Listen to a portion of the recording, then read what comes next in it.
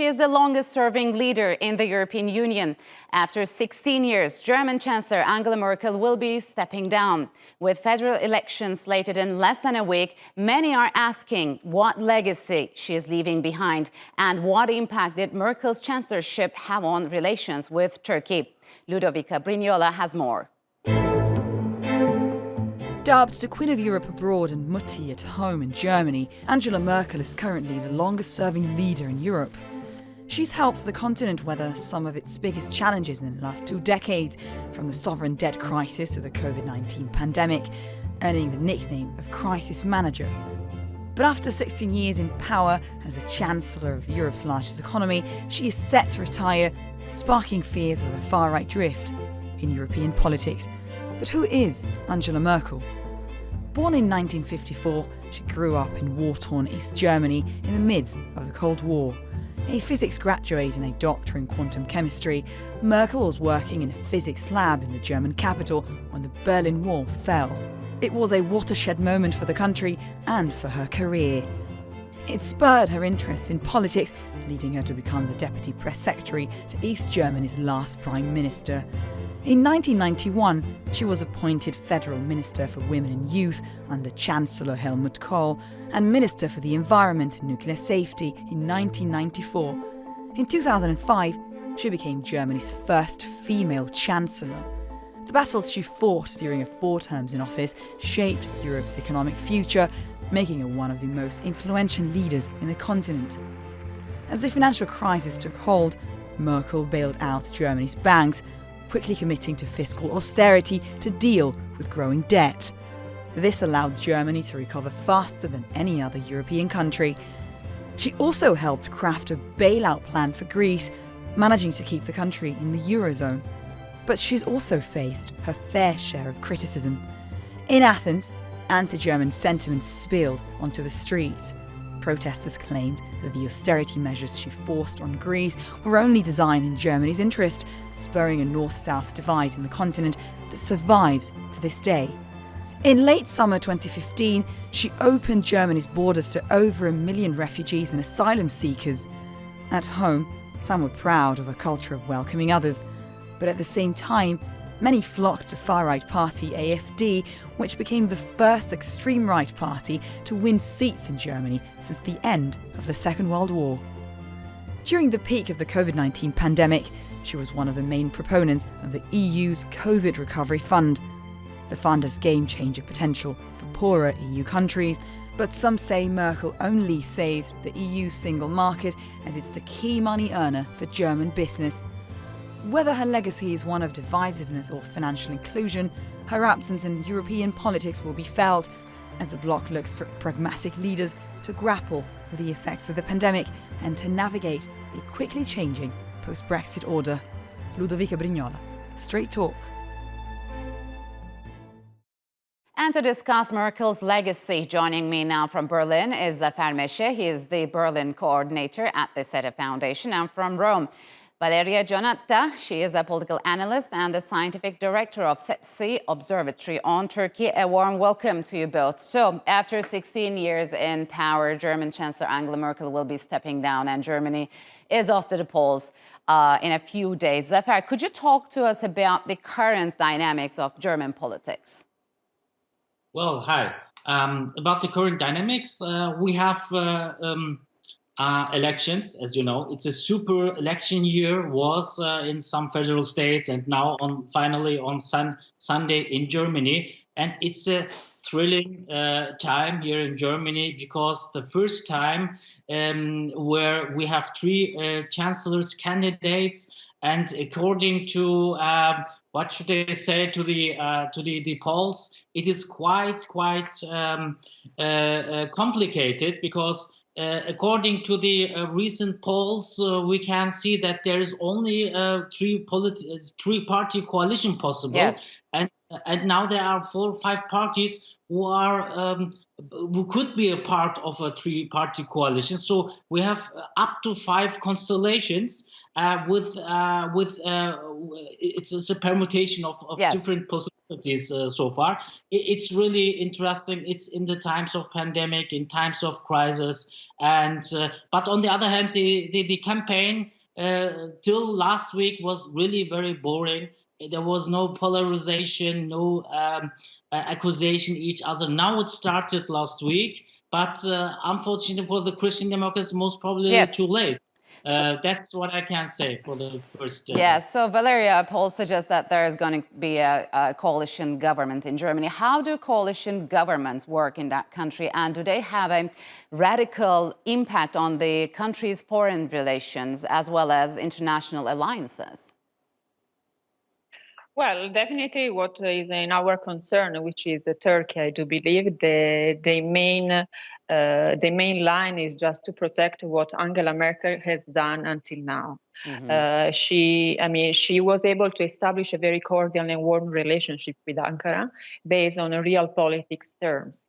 She was one of the main architects along President Erdogan of the so-called refugee deal. So immigration will be one of the top issue in the agenda of Germany, no matter which kind of coalition will lead the country. Mm-hmm. Second of all, I think they will care a lot about the economic aspect of the bilateral relations with Turkey. I mean, we shouldn't forget that there are the trade exchange is more than $35 billion, and there are more than 7,500 German companies operating in Turkey. Yes. And overall, when it comes about immigration and the refugee deals, I think it's the main concern of Germany to protect what are the pending issues of this refugee deal, which are the liberalization visa for Turkish citizenship, citizens towards the EU zone, and the upgrade of the customs union. So basically, those are, I do believe, the main points that no matter which coalition will protect. So would you agree, Zafer? I mean, we know that Merkel and Erdogan had different approaches on various issues, but somehow they have, throughout those years, succeeded in managing their differences. Now it's going to change. How could a coalition government or a left-wing government impact Germany's bilateral relations with Turkey? I mean, do you think that Turkey will have to recalibrate its policies towards Berlin? Well, in any case, there is a need of recalibration. At least we will have a new chapter in the German-Turkish relations, as I can read now from what I see from the manifesto, election manifesto of the all parties. If we look at of course, I will not have the time to look into the manifestos, but what we can say in the past, when the parties, they had their manifestos and they referred to Turkey, there were different positions. What we see now, in a very negative sense, there is kind of similar approach on Turkey, which means that if you are, of course, in general elections, and then you come to a coalition, and if you negotiate, then you can put the differences. You can make a deal. So in that case, the question will be what we had with Angela Merkel. It was a well-balanced policy. It was a balancing the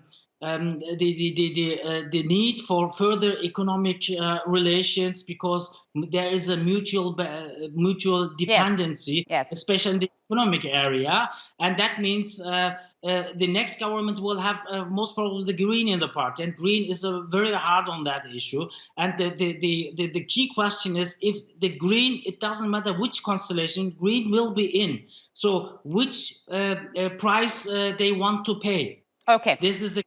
So Valeria, what's your take on that? What would be the main issues of contention between Ankara and Berlin after a new government is formed, if it's formed?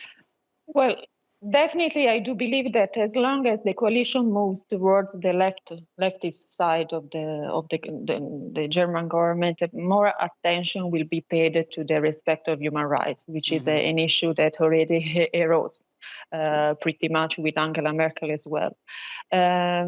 Beside that, I do believe that any center-left coalition will be warm towards Turkey. We shouldn't forget that when the negotiation process started between the European Union and Turkey and Ankara, there was the German leftist SPD Chancellor Schröder who warmed up the relationship. And definitely in Berlin, there is pretty much attention towards the Turkish German citizens living in Germany, like that are more than 4 million people nowadays. So they will not get so far away from the popular base, let me say.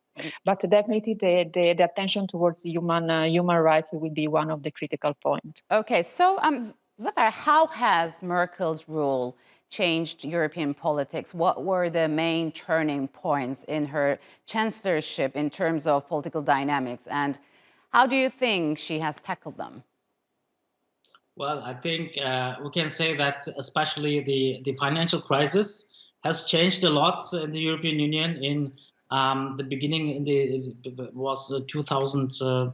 I need to 8 or 9. So she took the leadership. There is no doubt about it. Because with the leadership, because Germany is an economic powerhouse in the European Union. And then when the financial crisis came, there was no answer, but only one answer, which came from Germany to the countries who were structurally, economically in a bad shape. They said, guys, we will help you, but you have to discipline your own budget, you know? Yes, and that's why she faced a lot of criticism, especially from Greek administration. Yes.